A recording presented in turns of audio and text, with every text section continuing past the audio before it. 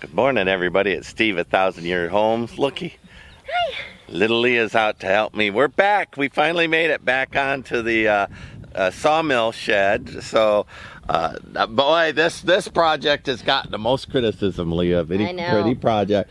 Nothing straight on it. Everybody's crabbing. Listen, this is a sawmill shed out in the backwoods of Texas. I want it to have a little charm. Do I care if it has sway? I don't. As long as it doesn't fall on you. Listen, this has been up through 2 hurricane force winds with it half done. Yep. So what are people complaining about? Well, lots of things. There's not a straight pole. Yeah. Okay, so notice here that everybody, I've got a open span log. 34 feet, Leah, did I say? Yes. Or more, 34 or 38 feet all the way to the end. So people don't like that. They crab about it. So some people have wondered about me using rebar on the thing to reinforce the tin. Look at that, people. Oh my gosh, it totally works. It totally works. So that's a great idea. Low cost, real fast, so I'm doing that. But it's mostly not the straight line in here. So when you take a look at the eaves, right, you can look down it. It's not straight. It's way back. Well, I've got a 34-foot span of open timber there, so I can bring a log in with my fork trucks and just set it down. I don't got to tinker around, So it's not supported. Look, it's open air. What else have people? Everything they've complained about is, I'm finding innovative, Leah. Innovative. The people have not liked the idea I built through live trees. Oh, they've crabbed about that. Oh, but sometimes you don't want to cut the tree down. Well, it's tin. If I put it around tin and I don't like what I'm doing, I could just cut a bigger hole as it grows. If the water runs in on this side, I won't care. I'm going to have farm implements under there. So honestly, it's better than right now. My tractor, I don't know where it is, but it's all out in the open. So it won't matter. Everything's out in the open. So having a little bit of shelter is good. That's it. Have I had any more complaints? No, but the rebar, I got some compliments on it. Yeah. What else? The salvaging of the bed rail. People like that idea. Instead of angle iron, just buy old bed rail.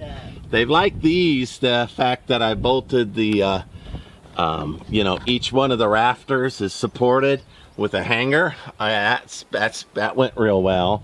And some people like the way I did the rafters myself, the trusses, because it was super fast. But they're right. There's not anything straight in here, and it's going to have a lot of charm. And that's just the way it is.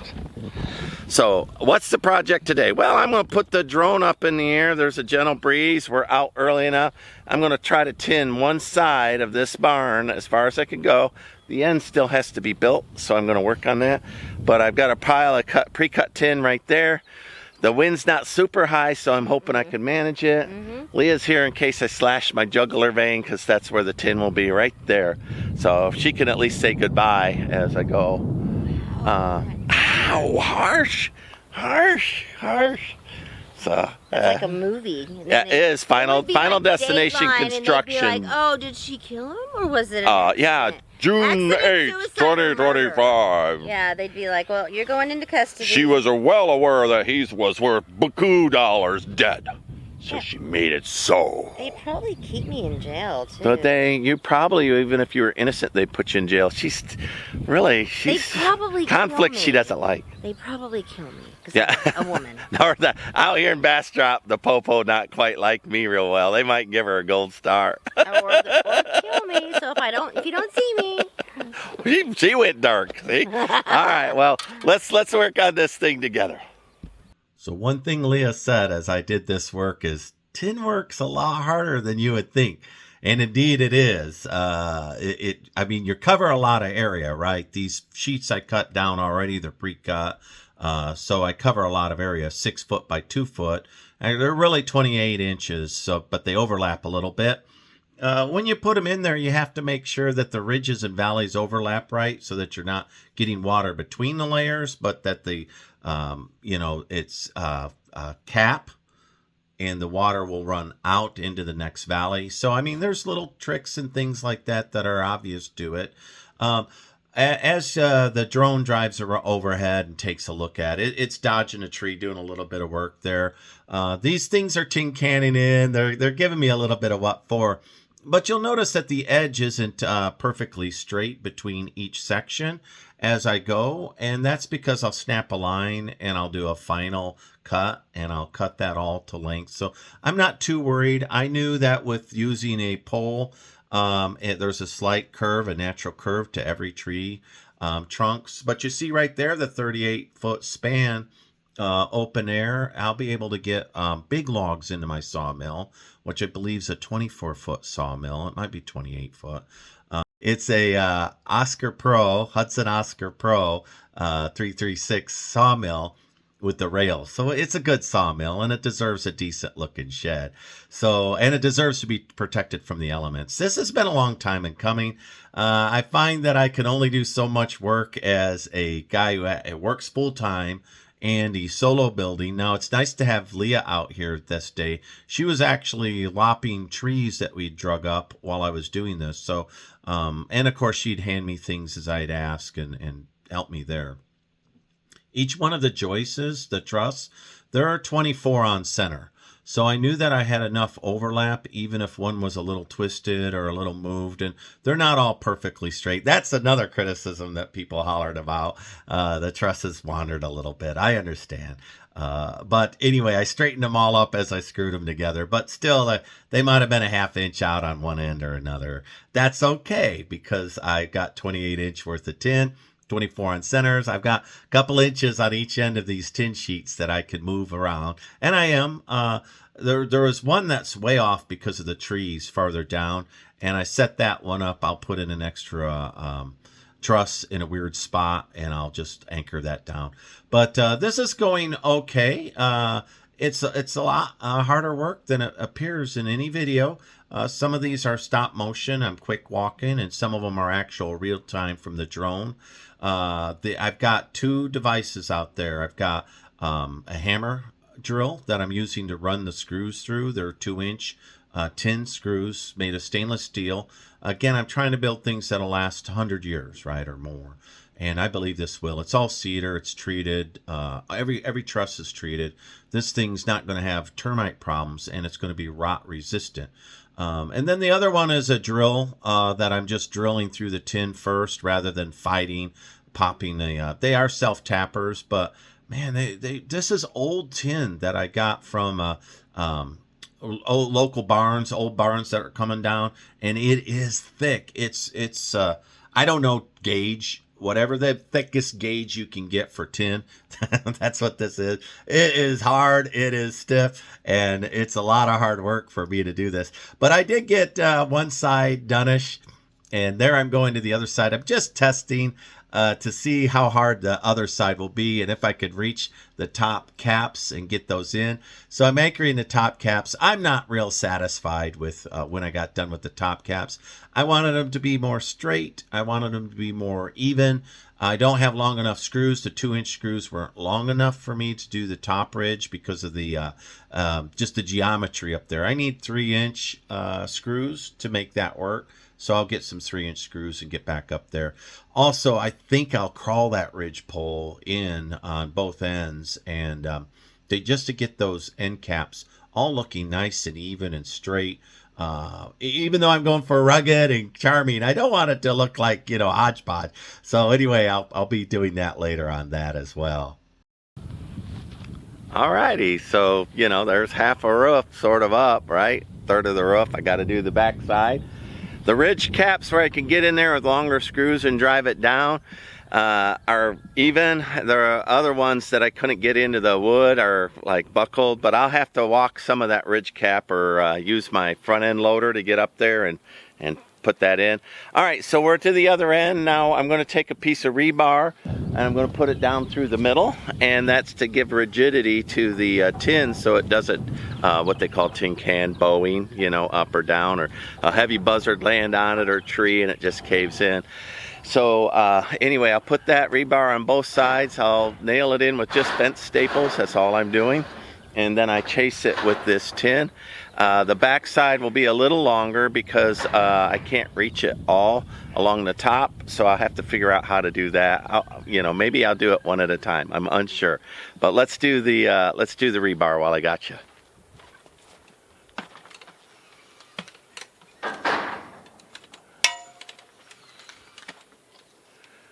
All right, so you see I laid out a piece of rebar here, and I need to change it a little bit. Overlapping a little bit here, that's all right, and it's overlapping there.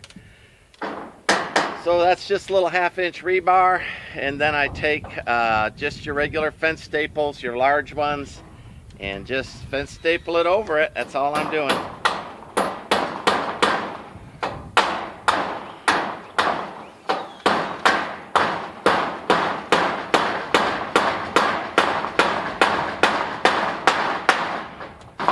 And then I know that this is a known distance, so I just use this little stick as my gauge. And each one of these goes down to that.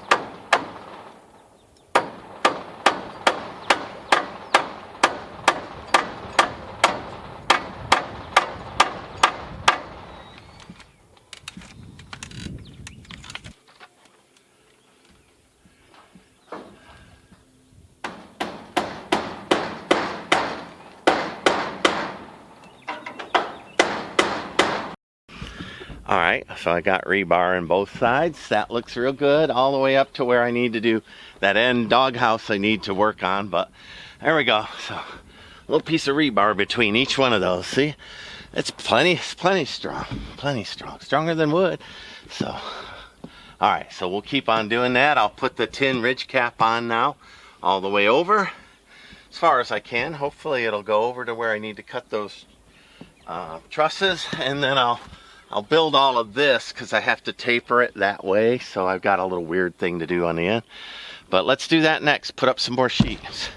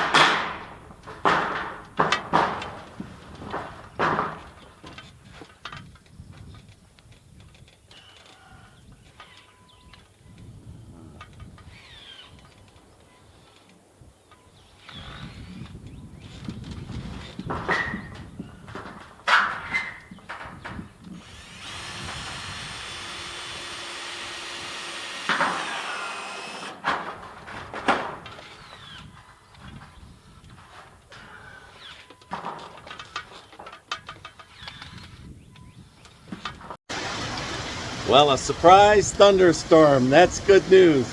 Let's see how this here tin's holding up in the rain. So I've only got half of it done so far. There's quite a little storm coming up. I ain't complaining in the slightest. It could rain for 2 days, 3, I don't care.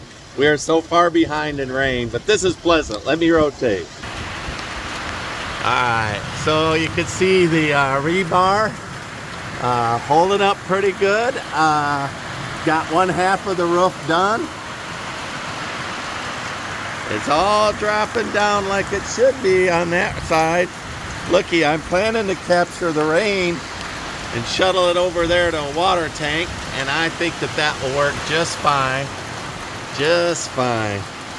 So the next step, once I get this side done, to walk the ridge cap and put the ridge cap on straight and nice all the way.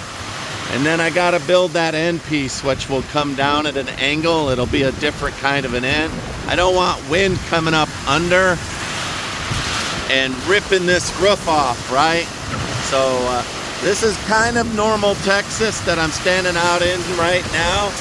Just high wind, high storm. Everything's extreme out here. I'm gonna step back here.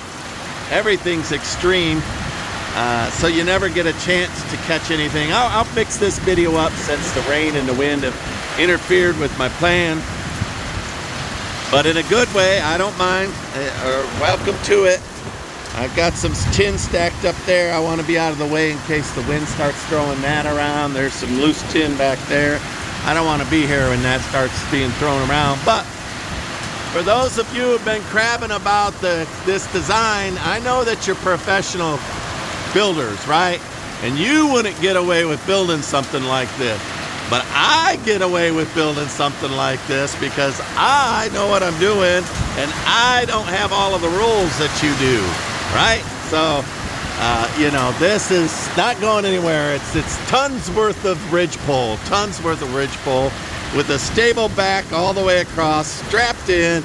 Then I've got the stabilizers out here. This will be a doghouse with a little window.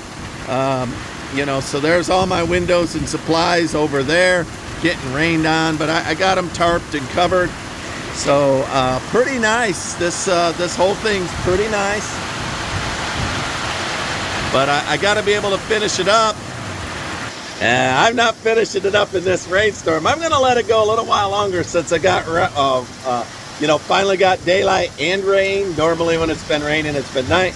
I'm going to run up and look at those washes in a little bit, see if they're flowing water. I'll let this go on a little bit longer. I'll look at it. But anyway, I'm going to mix this video up. Sorry, it's only half a roof. It'll be rinse and repeat on that side. But I can't reach, you know, the peak no matter which way I go. And I'm not screwing them down. I need longer screws, which I'll order. And I got to get that peak in there, which will be the final thing that'll tie it all together.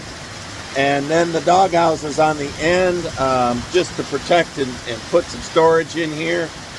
Anyway, looking forward to this thing being completed. Thank you for watching. Thank you for your opinions, whether or not you agree or not. I appreciate the opinions. And, you know, it keeps me safer to get a little input on the project. But it's doing fine, and I'm doing fine. And this has survived 2 hurricane force 60-mile-an-hour gust of wind just fine. It didn't go anywhere. It stayed right where it was. So not saying a tornado can't, because I know a tornado can rip this to pieces, but in basic building, this will be just fine. And once I get it all tied in and it's reinforced and it's truly rigid, it'll be all right. I might even be able to survive a little bit of something, an F2 maybe, you know, 70, 80, 100 mile, maybe 200, maybe 120 mile an hour wind. But anyway, real pleased. I'm pleased about this rain above me. I'll go ahead and narrate the rest of this video since I didn't get it all done before the rain came, but I'm mighty happy, everybody, mighty happy.